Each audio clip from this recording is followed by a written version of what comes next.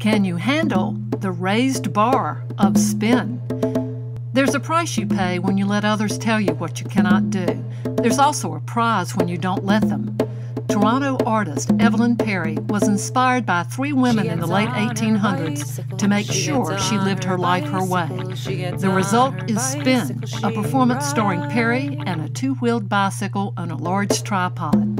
Spin, which played Bat Center at Wingate University on April 5th, incorporates what has come to be called digital theater, but this performance cannot be so easily categorized. Parry introduces us to Annie Londonderry, the first woman to bicycle around the world. Londonderry did so to win a $20,000 bet. She set out at 23, penniless, and prepared to leave her husband and three children for more than a year. She dumped her skirts for pants and switched from a 42-pound woman's bike to a 21-pound man's bike. She earned money innovatively along the way, having her photo taken with others and selling creative travel stories as she went from city to city. Parry illustrates her journey with a video projection showing women in 1895 cycling in petticoats, because that was how a lady rode.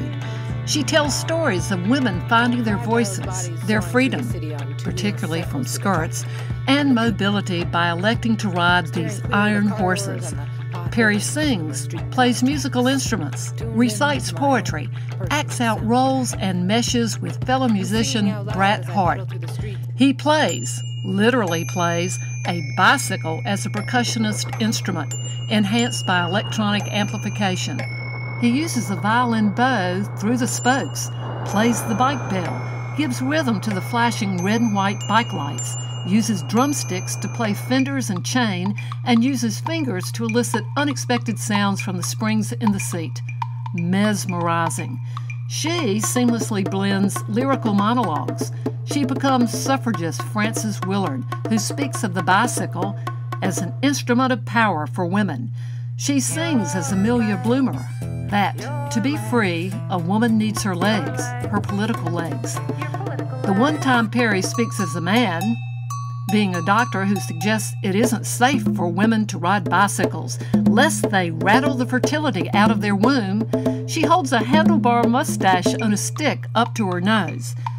Parry draws a parallel between herself and Londonderry. Like the cyclist, she has bet on herself and has had to leave her family behind for a year to tour. She's a musician, singer, playwright, actress, designer, and her own publicist, because this is how she must be faithful to her talents. Parry is a driving force for women who choose something more, something better, something personal. Beyond the surface appeal of her myriad talents and entertaining music lies a depth of heart. She proposes that the progress of women to vote, to be mobile, to be freed from the constraints of heavy skirts and corsets, was due in no small measure to women who made a choice to be true to one's own compass and moral code, to persevere by doing what one set out to do. Women watching the engaging, transformative spin may be inspired to recycle themselves. As Parry asks, who would you let say no to you? This has been Carol Butler.